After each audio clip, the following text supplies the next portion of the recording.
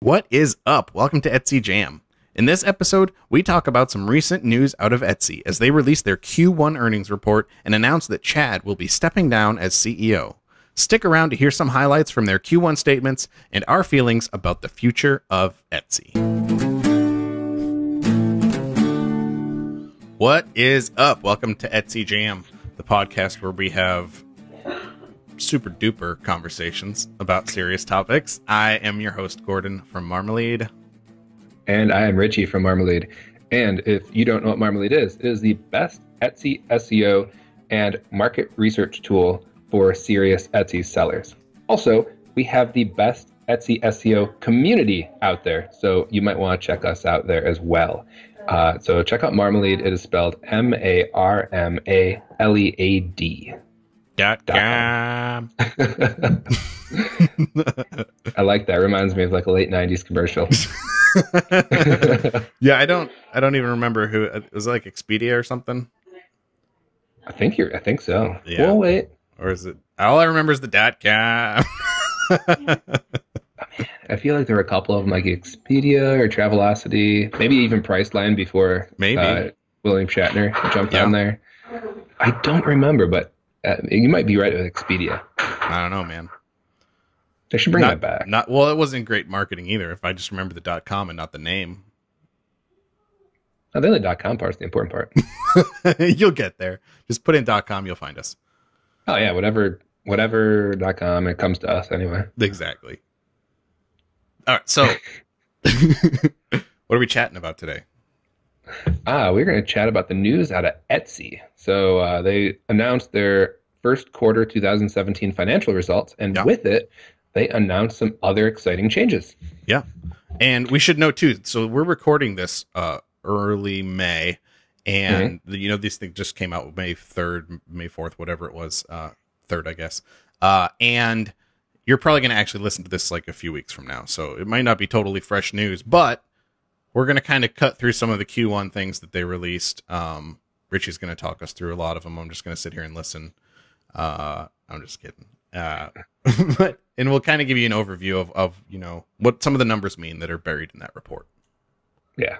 The truth. And entertainment at the same time. Yeah.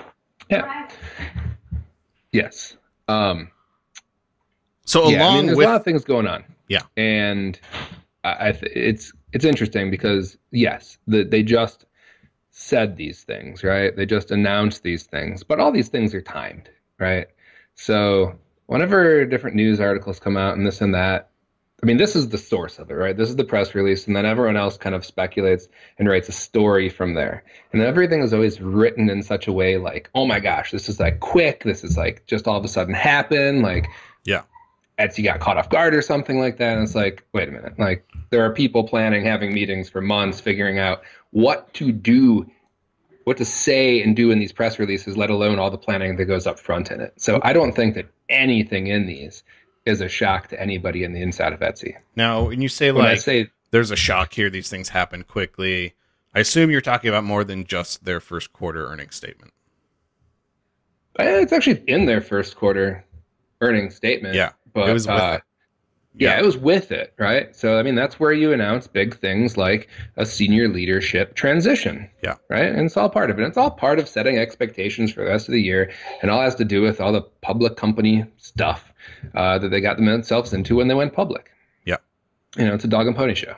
And that's what you were seeing. And so when you read these different articles, you're just going to be reading the same dog and pony show that you see with any other publicly traded company, right? Like, Apple or something like that. Yep. Can they look at all the stuff with the Apple iPhone and like the Samsung, the Galaxy S series, right? And the ones that catch on fire. Yeah. Right. Yeah. And they're all like, the ones that catch on fire. But the story for the last couple of years has been like, oh no, is like Apple going to keep existing because can they keep selling new phones? Yeah. And it's like, well, apparently they can because they do keep selling new phones. Yeah. But everyone speculates and like, oh no, Apple's lost its luster. And I guess not everyone. That'd be a grand statement. We should avoid those. We should avoid those. I think we should only speak in generalities. Okay. It's a lot simpler because then you don't have to qualify everything. That's a good point. That's a good point. That's a good point. Uh, if you speak in grand general statements, you really please everyone. It's a crowd pleaser. Yeah. I love the canned stuff, especially the canned stuff they put in these different earnings releases and just press releases in general, and the kind of stuff that, like the quotes, Yeah. um, much like when, actors accept awards, they're like, thank everybody. Yeah. They try to. They'll thank their mom. And that's an important person to thank. But definitely a good point about that. So one of the things they announced, which I think Richie was kind of getting into here with the Q1 release, is that their CEO, their longtime CEO, Chad, is going to be stepping down. In fact, he's already stepped down as of today, May 4th. And May the 4th be with you, by the way. So Chad is stepping down. He's been there a long time. Before he was CEO, he was CTO of Etsy. So if you go back all the way, he started in like those sorts of positions around 2008. So he's been there quite a while, and he took them through their, going public. And that's a big change for a lot of companies to go through a phase like that. And they are replacing him with Josh Silverman, which, if you're anything like me, when you read the name, you had to Google him because you didn't know like who he was or what he did. But Josh has been around for a while. He was director of the Etsy board since last November, so he's kind of been in a good leadership role with them for about 6 months at least. Before that, he has experience at places like eBay. He was co-founder of Evite. If any of you guys grew up in the 90s, you're probably familiar with sending electronic invitations to people so that they can come to your, chili pitch-ins and stuff like that. But he also worked with shopping.com and some other places and stuff like that. So he's definitely been around and had some good online experience, especially experience with e-commerce sites too. So I think that's a good thing. But yeah, that was kind of one of the big things that came out with the first quarter statement that Etsy released.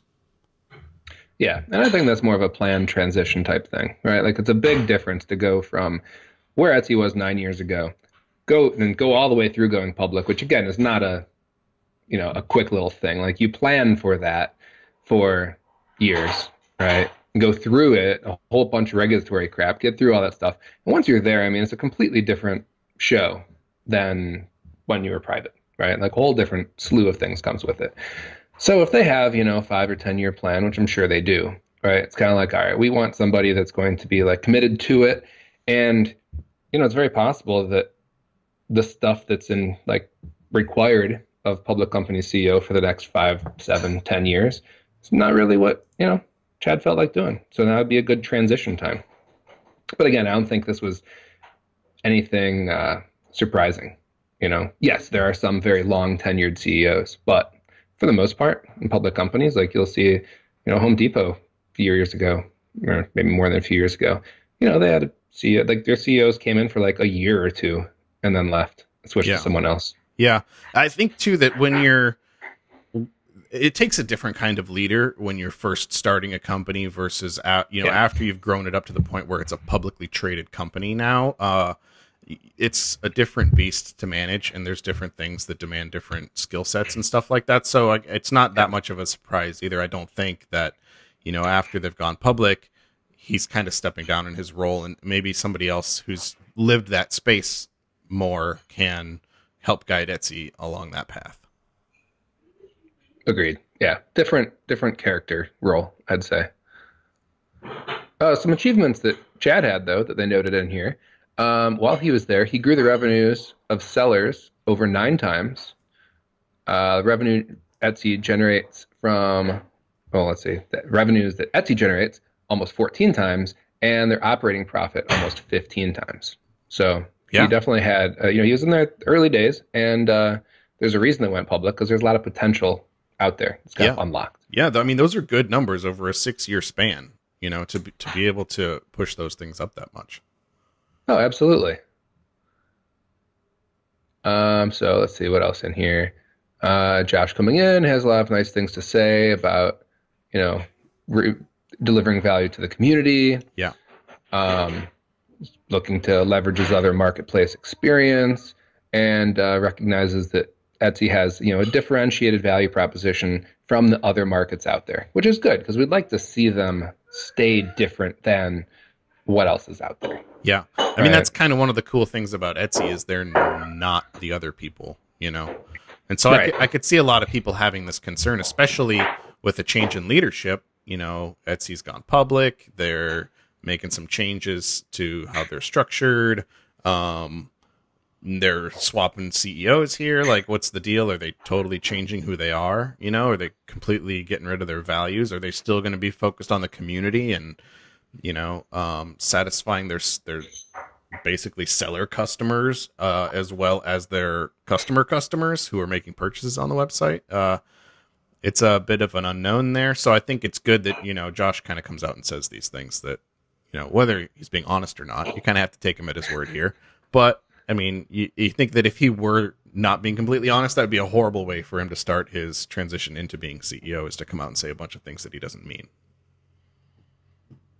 Isn't that what politicians do? Well, it works for them, and I think it's expected of them. But I think in business it doesn't, hopefully, go that way all the time. Let's be more optimistic. That's awesome. All right, then. So they, of course, put in some numbers. Lots of numbers. Yeah. And, people, from what I've seen so far, the initial stuff is they're focusing on this net loss. There's a net loss for the first quarter of 2017 compared to a nice net profit of first quarter 2016. But a lot of stuff gets rolled into there. There's not a lot of detail when you just look at these, right? And it's like, oh, they lost money. Something's wrong. Not necessarily. When you invest in things, it costs money, right? If you buy infrastructure, it costs money. You hire people, it costs money. Yeah. You buy other companies, which they did. It costs money, right? Those things bring down temporarily. Well, they bring down your income, and it could bring it down to a loss. But that's another reason why you actually go public, is you do it to raise money, right? Yeah. You do it to sell off portions of your company to raise money so you can grow. So it's not surprising that they would use that money. You'd be concerned in a public company that went public and didn't use the money, because it's like, well, why'd you do that then, right? You do it so you can rapidly get money so you can grow. Yeah. And actually the picture gets better if you go the line below the net income, or in this case, net loss. If you look to this adjusted acronym, adjusted, then there's an acronym, EBITDA, earnings before interest, taxes, depreciation, and amortization. It's kind of a mouthful. There's a lot going on in there, but it's basically just a bunch of accounting mumbo jumbo, right? That when you take some things, let's see. So when you add some of these things in, like depreciation, right, and interest and taxes and amortization, right? Like amortization is that concept of like a mortgage, right? Like you amortize payments over so long. Well, when you start throwing some of those things in, you end up with a net loss. And of course, that's going to like help them pay less taxes and some things like that to make it, more advantageous for them and stuff for their accounting. But if you look at the other line there, right, your earnings before all that stuff, it is still down. But again, their earnings actually are then like, 9.7 million, right? They're down 34%, but they're not down 135%. But again, they're down 34%. But why?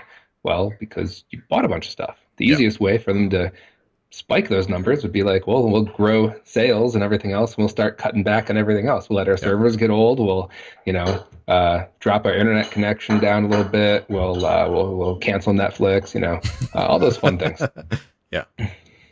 But when you're investing in things, like, you're gonna see it's going to happen, right? Yep. You're going to take a hit somewhere as you invest in the future.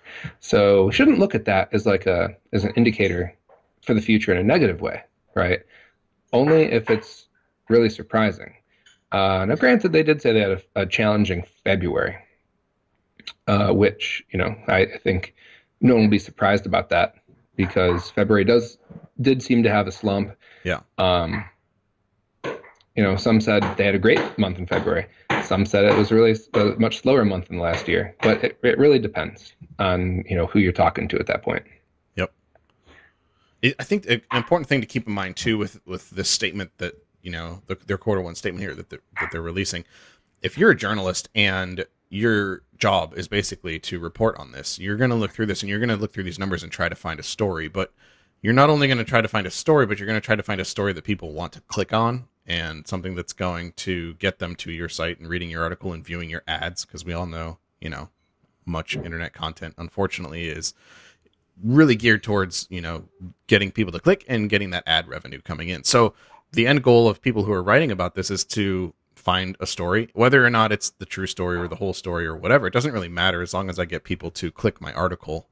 That's, mission accomplished. So it's easy to look at like Richie's saying, look at that net loss and look at the fact that they're announcing a CEO swap and tell a story right there. Oh no, Etsy's not doing well. They're changing leadership. Like, things are pandemonium over there right now. Which is an easy story to write. But if you look further, like Richie's saying, at some of these other numbers, you can see that that's not entirely the whole story of what's happening. No, absolutely not. I mean, public is public, but they still keep a lot of things, close to the vest in that case. They always do, right? And you try to keep things really predictable too. And yeah, I mean, it traded lower when they announced things and everything like that, but it's just the normal ebb and flow of stuff. Yeah. Right. It's a nice opportunity actually for the bigger institutional investors to pick it up because the general public reads these stories, reads these headlines, they get spooked. They sell their shares because they're like, oh no. So they sell their shares and then the institutional investors swoop in, buy it at a discount, hold on to it. Yeah. It goes back up and everyone's like, oh, I wish I kept it. Right. But it's just kind of what happens. But that's neither here nor there. And it's for entertainment purposes only, of course. Yeah. The next section is interesting too. Active sellers. Active sellers has gone up double-digit percentage. 12% from first quarter 2016, first quarter 2017. It's gone up 12%. But the better news is active buyers has gone up by more than that, significantly more than that, 18.5%. Yeah, so which is a good thing, period. Right? You want more people shopping on the website than sellers joining to sell things. Otherwise, it's just going to get more and more competitive for sellers. Absolutely. Sometimes people say like, oh, it feels like the number of sellers is out, growing and outpacing the buyers. Yeah. Not the case. Yeah. Not even close. They're not even starting to catch up. No, it's growing substantially more in the buyer category than the seller by percent. And they're like over 10 times more. There are almost 30 million active buyers compared to 1.8 million active sellers. And as we all know, active sellers doesn't necessarily mean your shop is all that competitive or put together. So there's actually even less. Mm-hmm. Let's see, what else do we have on here? Mobile visits, they keep going up. That's a good thing. Yep. Okay, so some people ask, okay, so mobile visits, what are those at? Well, those are actually at 66%. So 66% of your shop views are actually coming from mobile. Yeah. And then some people are like, yeah, but people don't really buy on there, do they? Well, apparently in first quarter of 2017, 51% of sales, so over half, and continuing to grow, were actually completed on the phone, which makes sense why Etsy is investing in Etsy Payments and offering 10 different payment options within Etsy Payments, including Android Pay and I believe Apple Pay as well, because it is the easy and safe way to pay on your phone, which people like. The general public likes safety. Yeah. They like to not enter their credit card on a bunch of different websites. One of the reasons why Etsy is so popular with shoppers and gaining popularity is because there's a lot of trust there. And people are, because of the news and everything, people are very reluctant to give their credit cards to just about anybody.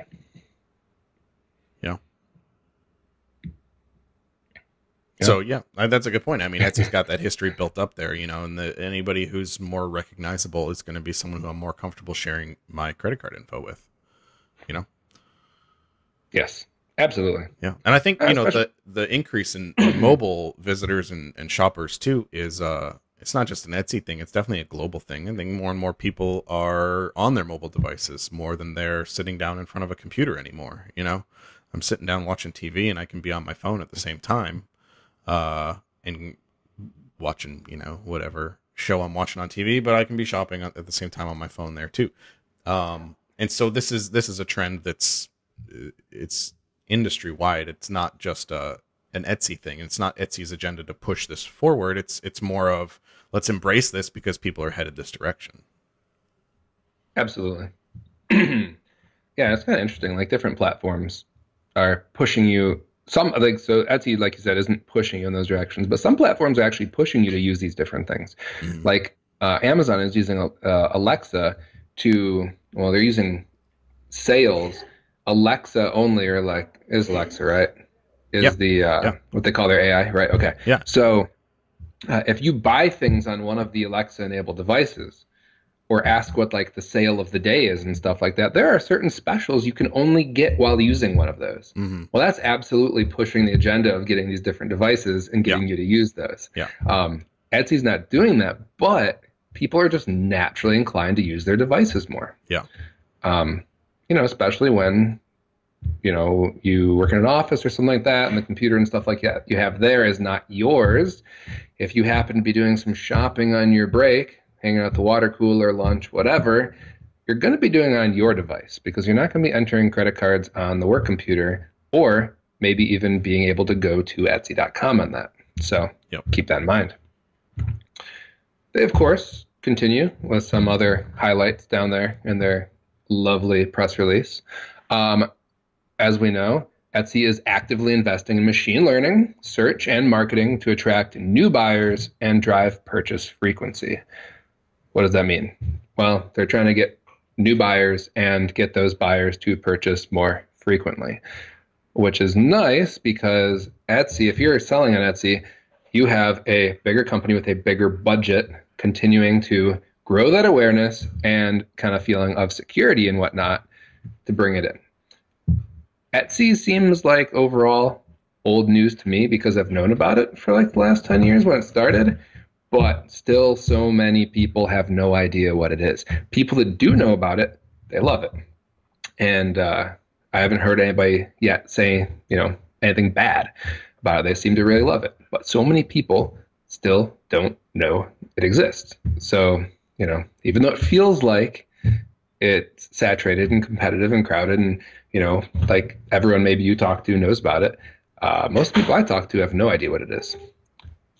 But as an example, people didn't really know what eBay was when it started either. Now, eBay is pretty much synonymous. Everyone knows what that is. Everyone knows what Craigslist is. Yeah. We're not there yet with Etsy. So there's a ton of shopper potential still on there. Yeah. Very true. You sound like you were going to say something. I was, yeah. No, I was just going to say kind of along the same lines of, the machine learning stuff that they talked about. They kind of go on to mention some other additional things there and saying that they're specifically using their machine learning to make category-specific suggestions to improve both the listing process and collecting more accurate data. I mean, as you can imagine, there's so many sellers on here listing so many different things. You're going to want the keywords, the tags, and the titles that you're basing your search platform on, and attributes now to be as relevant as possible, right? So, and that kind of goes into what they talk a little bit later on too about structured data and their initiatives with structuring their data in a way that makes it so that they can deliver more meaningful search results. Now, what does this mean to you as a seller? I mean, it's basically just kind of going to what Richie originally brought up, is that Etsy is investing in machine learning, and what they're trying to do with that is make their search more relevant so that when somebody types something in, what they're looking for shows up or has a higher chance of showing up. And that's basically going to mean that they have a higher chance of making a sale at that point. And that's a good thing for both you and for Etsy. Now, if I want to do a shameless Marmalead plug here, and I do, one of the one of the nice things about what we do with Marmalead is we're kind of independent of all of that. So no matter how Etsy's changing their search algorithms and messing around with machine learning and, structured data and all this other cool stuff that they're doing right now, when you go to Marmalead and you type in whatever keyword you want, the data that we're pulling back is kind of all downstream from all of those changes. So we're really looking at the number of views and favorites and engagement that different keywords are going to bring in general. And so any changes that they're making in the actual algorithm behind the scenes, it's not really impacting the work that you're doing on Marmalead. You know, it might change the way some keywords might get better engagement than others down the road. So you definitely need to stay on top of those things, but you don't really have to worry about, you know, the data that you're using Marmalead to find becoming irrelevant because of these changes to search. Just because we're kind of like downstream of that. We're measuring engagement with a search term and not basically mechanically how to get there, if that makes sense. Yeah, that's good clarification. Because a lot of people think like, oh, the algorithm changing. Like, are you guys going to change with that? And it's like, if the criteria for, you know, what constitutes good SEO changes, like we'll change the grading, but otherwise the other core functionalities of what we do are completely independent of how that works. Yeah. You know, it's just measuring like, you know, if you rank there, how's that going to go? You know, that's the more important thing. Yep. Well, I guess I'm not. Well, let's see. It's the important thing once you get there. I can't say it's the more important thing, right? Because showing up, getting to the party is pretty important too. For sure. All right. So anything more you want to say about machine learning or what they've got going on there? I don't think so. All right. Yeah, I'm not sure I don't think it's as interesting as people kind of make it out to be. Yeah. It's not this earth-shattering thing. You know, it's not, it's all over the place. People are doing it, and Etsy's not just going to like overnight change the way that everything is set up. Historically, they've always been making changes to search, but they do it in super tiny, very measured increments, and it's not like it's going to, you know, get away from you as long as you kind of stay on top of what's going on and what changes are being made. And Etsy themselves does a good job of communicating these things out to sellers, like the whole attributes thing. And when they introduced shop policies mattering for your rank too, it's something that like they communicate out pretty well. And as long as you're staying on top of those things, you're going to be fine. It's not like you're going to wake up one day and all of a sudden none of your listings are ranking, you know? Right. I am positive somebody's going to comment and say that happened to them. Because that will happen. But yeah, and I think machine learning in general, I mean, it's cool and there's cool stuff being done with it, but it's not like a groundbreaking, unbelievable, the machines are taking over iRobot kind of scenario. I mean, I know you have an Alexa device. I have one, got the little dot. And I actually have it on mute most of the time now because it keeps thinking I'm calling its name. And I've even switched it to Echo from Alexa. And it still will just be having a conversation and be like, I didn't get that. And it's like, that's because I wasn't talking to you, Alexa. You know, like, what are you doing? Eavesdropping on my conversation that I clearly didn't say your activation word. And even when I ask it something, I'll be like, oh, hey, play some music for sleep. And it'll be like, I don't have a playlist for sleep. And I'll be like, play a playlist for sleep. And it'll be like, okay, playing playlist sleep. And it's like, I just asked for the same thing you told, or I asked it this way. You told me you didn't have it in a different way. And then I asked for the thing you just told me you didn't have. And you said, okay. Yeah. No, it's funny, like, man. I'm kind of the same way. Like, it keeps blowing my mind in both directions. Like, sometime I'll be talking to it and there's like, the TV's on and like 3 other people are talking in the house and somehow it understands what I'm saying to it. I have no idea how it's able to do that. In other times, like you say, we're doing something completely random. Like Kara, my daughter Kara was reading from her poetry binder the other day. This is a while ago actually, and she was reading some poem and it thought that she said something to it. And it says, okay, playing Run Baby Run by Casper Baby Pants. And this is a song I'd never heard of before. And it was totally random, but now it's a song that both of our kids love and they play it all the time. So maybe it's just a way of trying to sneakily introduce things. I'm not quite sure. Actually, that's really clever. That's really clever. Like, hey, did you want this? Yeah. And it's like, no, but then like have a pause where like you can't interrupt it for some period of time. And that's like, you have to be exposed to it for like maybe like 30 seconds. Yeah. It just pretends I can't hear you. Like, I'm going to play it, but I can't hear you. I'm busy playing your music for you. Or introducing you to this product. Like, oh, you said you wanted to hear the deal of the day. Here you go. Here's what. No, please stop. What's that? Deal Order of the day, 10? Number 1. Okay.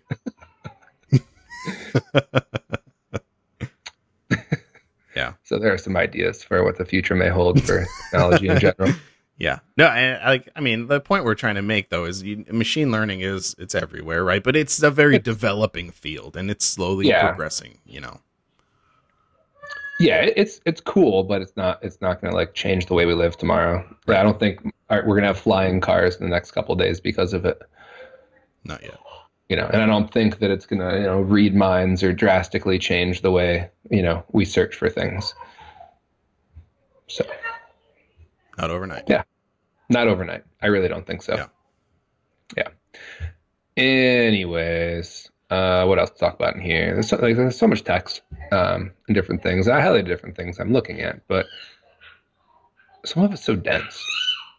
Yeah. Yeah. So their marketing expenses were up a little bit, it looks like. Year over more year. Than a little bit. Yeah. Nearly 50%. Yeah. Did you know that Etsy spent nearly $24 million in the first quarter of 2017 on marketing? Yeah. And how much did you spend on Gordon marketing? Did. Weird. What did I say? You said, you're like, where do they market? Because I don't see it. Yeah. Right. And apparently they're marketing on YouTube and Facebook. Yeah. And not to me. And not to Gordon, apparently. They've got him like excluded for good reason. Don't just blacklist this guy. Yeah. He just writes negative comments on all of our Facebook ads. I don't like him. I don't know where those people come from, but they're out there. Yeah, they're definitely out there. They usually have like not an actual face as their profile picture too. It's typically like dogs or like drawn superheroes. Mm-hmm. So keep an eye out for those people. That's right. Don't trust them. Yeah, definitely don't trust them. Product development expenses. So they are working on, obviously all those different things, right? Like, improving the marketplace and improving Etsy payments, shop manager, all that fun stuff, right? It's expensive. And product development expenses. So if you're wondering like, hey, how come they have less profit than they did last year? Well, it's because product development expenses are also up nearly 50% year over year, right? Yep. They spent $18 million on that in one quarter, right? And for those of you who don't know, there are 4 quarters in a year, so that'd be 18 million times 4, right?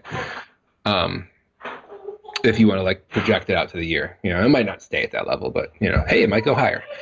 A lot of that is actually higher employee-related costs, and some of that, it does say in here, are additional expenses from the acquisition of Blackbird Technologies, the machine learning company. Yep.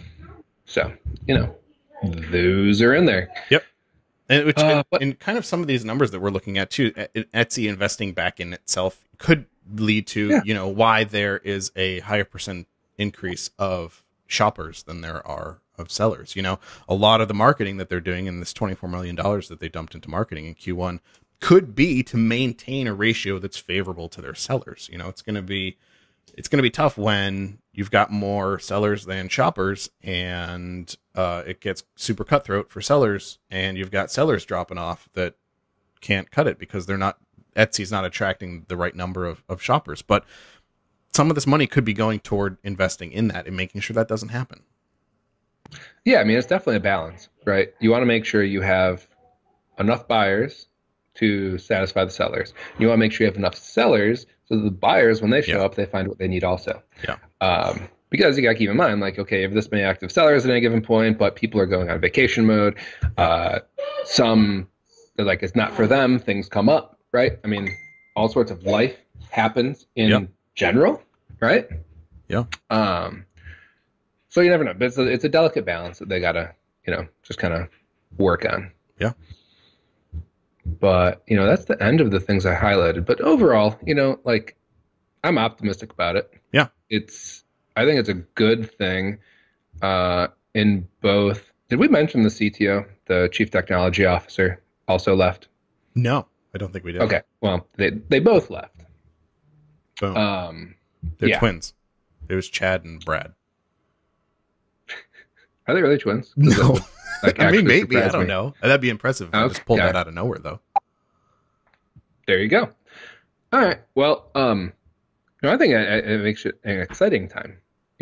Like, they've come a long way, and they're in like the early stages of, they went public and everything. So they raised, again, the whole reason you do that is to raise a bunch of money. And then you got to spend it wisely on Yeah. stuff that's really going to like grow things.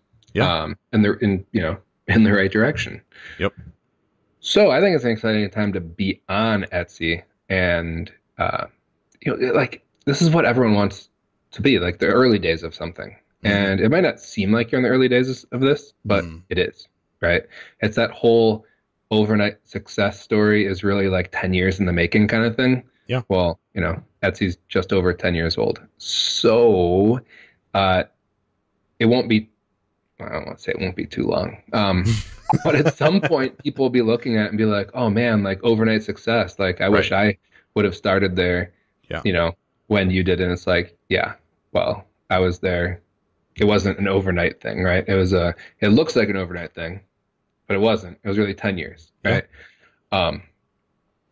But as they grow, as more shoppers show up, it's just like, the ones who were there, the sellers that were there from the beginning and are there now, because the best time to plant a tree is 20 years ago and the second best time is today. Yeah. Never understood that. Maybe never will. Have you planted trees? I have planted trees, yeah. Okay. Have you ever planted a tree? Not at this house, but yeah, at our other house in Iowa. Yeah. Nice. I need to plant some. We've been cutting down trees, which is a bummer. This ash borer thing is killing our trees. It's driving me nuts. We have these big, beautiful trees, and then they die because these insects get into them, and then that's a big problem. Yeah, and I don't want them to fall in the house, and they're not really doing anything because they're dead, so I have to pay to cut them down. But then I miss the giant trees. I really like the shade and everything. It's just nice. Cut them down to stop it too, because if you don't like get rid of these things, but then you also can't like do anything with it. I mean, maybe you could burn it like at your house in a bonfire, but like they don't want you transporting that stuff, because if you bring it from your yard, it has them, and you bring it over to someone else's neighborhood that doesn't, they get out, and next thing you know, it kills all their trees. Yeah, it's a so you want to plant trees. That's the thing, right? I do want to plant trees. Yeah, I need to get some in the ground. Yeah. I think the takeaway is right now is actually a really good time, an exciting time to be on Etsy, because new things are happening. Big new things are happening, which is exciting. And the people that see that are going to bear the fruits of it. Yep. Really. Yep. And you can already see that with like the shop. If you look at it and like the things they have in their current search, like I don't think those go anywhere. Listing quality score, shop experience, stuff like that. I mean, those are things you have to build and earn. Yep. Well, just like eBay. What is the big coveted status on eBay, right? You have to have so many transactions, and you move up these status levels. My stars. Stars, and then status levels, and become like power sellers and stuff. Yep. And I remember, it might still be going on, but if you knew somebody that had like a power seller status on eBay, you would have them sell your stuff. Because people wanted to buy from the power seller because they had the most positive stuff, and there was like a pretty much guarantee that things were going to go smoothly. So it become like a coveted thing, and people were like, "Hey man, I'll give you some money if you sell this for me, because I know I'm going to get more money on there because I'm going to get more bids. It's going to be more competitive if you sell it because of your status." Yeah, I mean, there were even brick and mortar stores that popped up around the U.S. where you could go and bring things, and they would just sell them on eBay. Yes. That was highlighted in the movie The 40-Year-Old Virgin. I still haven't seen that movie. I don't want to ruin it then. I like Steve Carell, though. And if you like eBay stores where you bring stuff and they sell your stuff on eBay, you're going to love the movie too. Well, perfect. It's in there. Maybe I know what I'm doing the rest of the day. Yeah, so anybody didn't see it yet, I hope I didn't spoil too much. No, I think that's good. Oh, okay. I don't feel like you ruined it. You almost made me want to watch it more now. Okay, good. Yeah. But yeah, no, I think you're right. I think you're right, man. I think it's a good thing, and I think it's the right direction for Etsy to be moving in with these things. And if it's easy to see the other side of it too, where you're like, oh man, I just had a spring slump, which it's part of it's seasonal. Yeah, it's slow after the holidays and stuff like that for a lot of sellers. And to be looking at the fact they're swapping out CEOs and their projected revenue was higher than what their earnings came in at for the first quarter and stuff like that. But when you really look through things, it seems like they're really moving in a good direction. They're investing a lot of their capital back into the company, which is what you want to see a company do. You don't want to just see them like liquidate everything, like that's not a good sign. So that's not a sign of growth. no, man, then you might want to think about jumping ship at that case. But when they're really investing back and the incoming CEO is talking a lot about the same values that really make Etsy, it seems like the writing on the wall is a good thing. Oh, absolutely. Oh. Yeah, those are good things. Yeah. So it makes sense. And also, you know what? For those who don't want more of the same, good news. You have the opportunity. Like, there's totally new people, in two positions. The CEO position, and which is like the overall business captain position. Thinking about how I'd fit captain in there. It's chief executive officer. Captain with everything officer. And then you've got your technology captain, your CTO. Yeah. And I don't know why I figure I want to just use captain instead of chief, but it seems more fun. You think of him driving a boat. That's cool. Yeah, wear those hats and stuff like that. Yeah. They should absolutely have to wear those hats when they show up publicly, like the captain hat and stuff. That'd be fantastic. Yeah, I feel like everyone likes the captain. You know what I mean? Like people like I don't know. People seem to like that. Yeah. Chief's a tough one though. That's like you could be like a fire chief and wear like a fire hat places, but that seems like a really narrow reference. And then if you did chief like Native American chief, well that's getting kind of touchy there with what you can get away with there before people start to say, "Hey man, that's not cool." That's a good point. Now, fire departments and police departments, they do have a chief. They also have captains. Which ones? I mean, I know they're both high. Yeah. But like, which one's higher? Commissioner. Is it really? I mean, I really don't know. I think so, right? Like, isn't the commissioner of the police department like the highest it gets? I really don't. I don't know. We'll have to have someone on. We'll have to have an expert on. Well, like if anybody knows, let us know where those three stand. Yeah. Huh. No. Well, but yeah. So to anybody that like is like, oh, I don't like the way things were going, it's like, well, cool. Now you have an opportunity for things to go a different direction. Yep. If you didn't like the way they were, and if you did like the way things were going, well, good. You have an opportunity to maybe see those keep going in the same direction, but with a slightly different flavor, maybe. I'm not sure, but I can only see good things on the horizon. Agreed. And nobody wants to publish that news article because people won't click on it.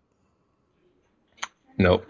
Speaking of that, I cannot go to any, does not matter what, it seems like no matter what brand of news site I go to, I cannot go to one, read an article that really gives me like a legit meaty story.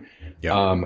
And gives me like the whole story and doesn't have then a whole, well, that's hard enough. But then every one of them has like so much clickbait. So many of these like, oh, you got to read this thing. And it's like, sounds like the world is ending type stuff, Yeah. And I click that and it's really just a headline and like nothing else really supports it or gives it meat. And then it's like, oh, but you got to read this other thing. And it's like, are you kidding me? Yeah. Are you kidding me? It's just taking me in circles, circles. The latest thing that drives me absolutely bonkers, and this is like completely at the risk of getting way off topic, which I'll do, is when you go to article sites and stuff like that, and instead of having like all of the info there, like it's a top 7 this or top 10 whatever, they make you page through it like a slideshow type thing, and it's like one page.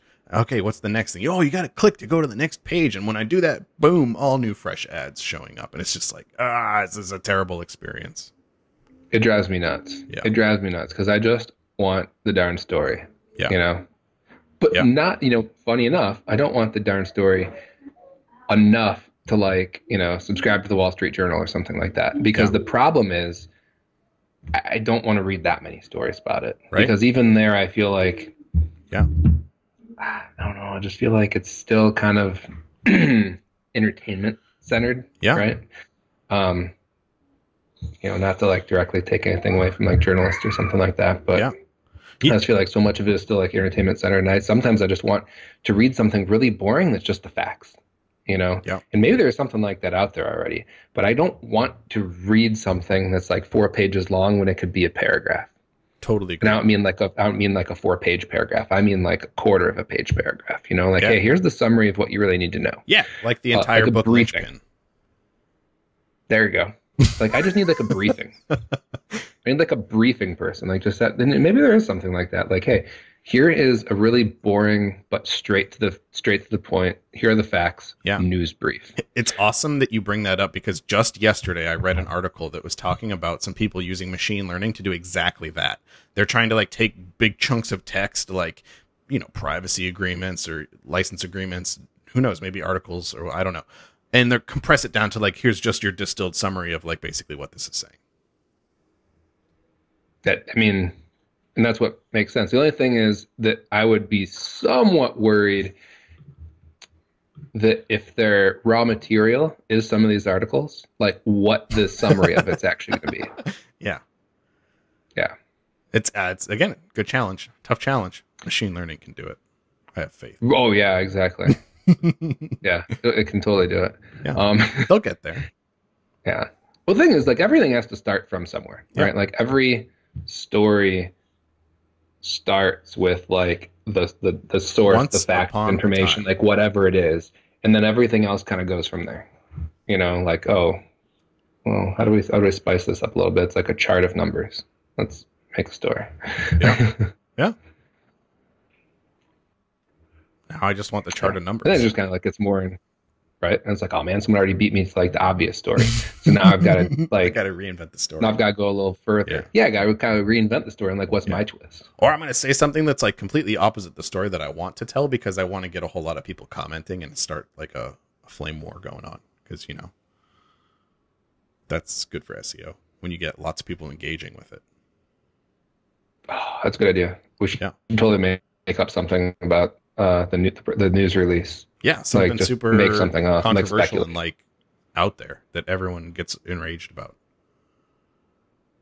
Yeah, like the real reason that Chad left was because he got so into the vision that he hasn't shaved in months or made a public appearance in months, and he is out growing special mushrooms on like mossy rocks that he is planning to open up in like a secret Etsy shop. But he also had a real big falling out because it's like a food, and he, you know, they're worried about him selling these like mushrooms growing these mossy rocks as food and like not having proper like local licenses for selling food on there. And so like big falling out, and he got real upset. And now he's just living in the woods. I had no idea, but I want to read that article. Right. So Etsy CEO loses mind and lives in woods with mossy mushroom rocks. There we have our episode title. Yeah. Yeah, Chad, I'm sorry for making that up. He's like, how'd they know? How'd they know? It's a good story, though. Like, it is a good story. Prove you didn't do that. I like that. Make up you're not in the woods right now. You know, it's like, I'm not in the woods. I'm talking to you right now. It's like, okay, right? Green screen. We've all seen that. Yeah. Yeah. Yeah. Prove you're not doing that. Yeah. That's good stuff, man. Yeah. So all the conspiracy theorists, write your conspiracy theories into Kevin. Yeah. Kevin at marmalead.com. Yeah. Let him know what your favorite conspiracy theory is. Yeah, we should highlight them. And we will highlight them. That'd be sweet. Yeah. And is it a contest? Like, is there like, if you have the best conspiracy theory, do we give them something? Do we like some recognition? Like, what do we do? We should. We have them on the show to talk about it. Maybe we feature the best one as a blog post or something with a link to your that. shop. I like that. And if it's really, really good, you can come in the show and talk about it. Okay. And like really act this thing out. That's good. I like it. Bring your tinfoil hat. Yep. Yeah. I like it. Or did they switch to armadillos now? Are they on armadillos? I thought it was still aluminum foil. Why would they move off the foil? Oh, well, because armadillos, they're thick. They've got like a naturally thick shell that it's like multiple layers, kind of like a samurai sword where they like fold metal on top of metal on top of metal on top of metal. Yeah. Well, the armadillos like kind of naturally have that built in. Yeah. Yeah. So that would explain why armadillos are so chill, right? And they don't really get worked up about stuff. Is because they're not influenced by all this crazy propaganda. Well, right, and all the radio waves, right? Yep. Like their shell is naturally preventing the exposure of the radio waves. It's just kind of like absorbing and bouncing off. See, because that's the thing. The tinfoil is mostly a bouncing off, but it can't all, right? So the armadillo shell bounces off and absorbs. Interesting. Yeah. I'm going to have to try putting my phone inside of an armadillo shell somehow and see if it gets service. Oh, absolutely. You should try. Yeah. I'll report back. All right. We can link to the video from the blog post that we do here. Yeah. I like that. Yeah. Yeah. Hey, are we gonna do that special SEO guide we talked about? Because we could talk about that. Like now is a good time to talk about that. Now we're talking about the tinfoil and the conspiracy theories. Let's do it. Let's do it. Okay. Look forward to our flat Earth guide to Etsy SEO. As you can imagine, it's going to be pretty epic. That's a good teaser. Let's leave it at that. It is. Leave the options open. Yeah. Yeah. Keep an eye out. Another thing you're going to want to wear that tinfoil hat for. Yeah. When you're doing your Etsy SEO research, you want to put that on so that Etsy does not know and show you personalized results. Otherwise, they will. I might help with that too. Yeah, I don't know. Yeah. Well, don't worry that. Experiments. We'll have to remember to put that in the guide. Yeah. Even like this, like a foreword or like an intro. I don't know. Definitely a chapter. Definitely a chapter. Yeah. It's gonna be good. Man, anything else we can stir up as long as we're at it? I don't think so, man. I think that was pretty good. I think we hopefully pretty good run through of the Q1 report. Like that's kind of dry reading if you were a seller and were interested in reading through that. So if you did, I'm impressed. But if you haven't, like hopefully this is a pretty good summary of some of the key things that are in that report that don't necessarily get a whole lot of press. Otherwise, if they're not part of whoever's story they're trying to craft, So there you go. Hopefully caught you guys up and the latest and greatest in Etsy news. There you go. Yeah. And I believe in the next episode we have a guest. So that'll be fun. Yeah. So do we know who it is? I'd have to look it up. Are you already looking it up? I'm not. Sorry. I'll look it up real quick while you chat with them. Perfect. Fill all that dead airspace. Yeah. How about do you have a good joke off the top of your head? Oh man, I don't.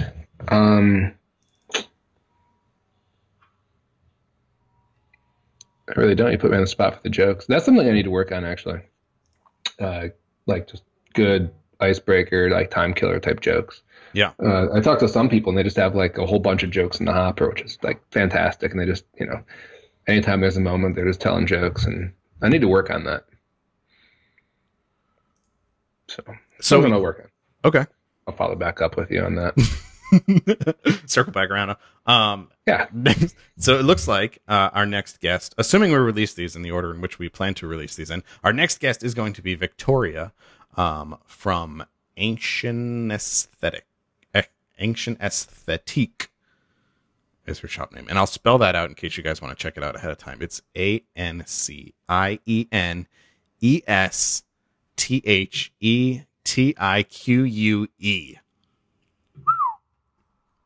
There you go. Yeah. Check it out. Yeah. So we'll be chatting with her next episode. You know what we should do? If we say who we're going to bring on the show next time, we should ask listeners to submit some questions if they have any specific questions or anything like that. Yes. And that way we don't just have the same, boilerplate, hey, let us know what you want to ask every seller. If, if you've got some questions specific to them, that'd be pretty cool. Yeah. I like that. Let's do it. Facebook group it up. Yeah, that's a good spot to do it. Yeah. Yeah. Just make sure you you put like on all the questions you really like. Yeah. Because if there's a lot of questions, we'll probably take the ones that have the most likes. Yep. I like it. Me too. Thumbs do more stuff like that. Up. But I think that's all. It does seem like all. All right. I feel like there's something else, but I'm grasping, man. I can't think of anything else. All right. All right.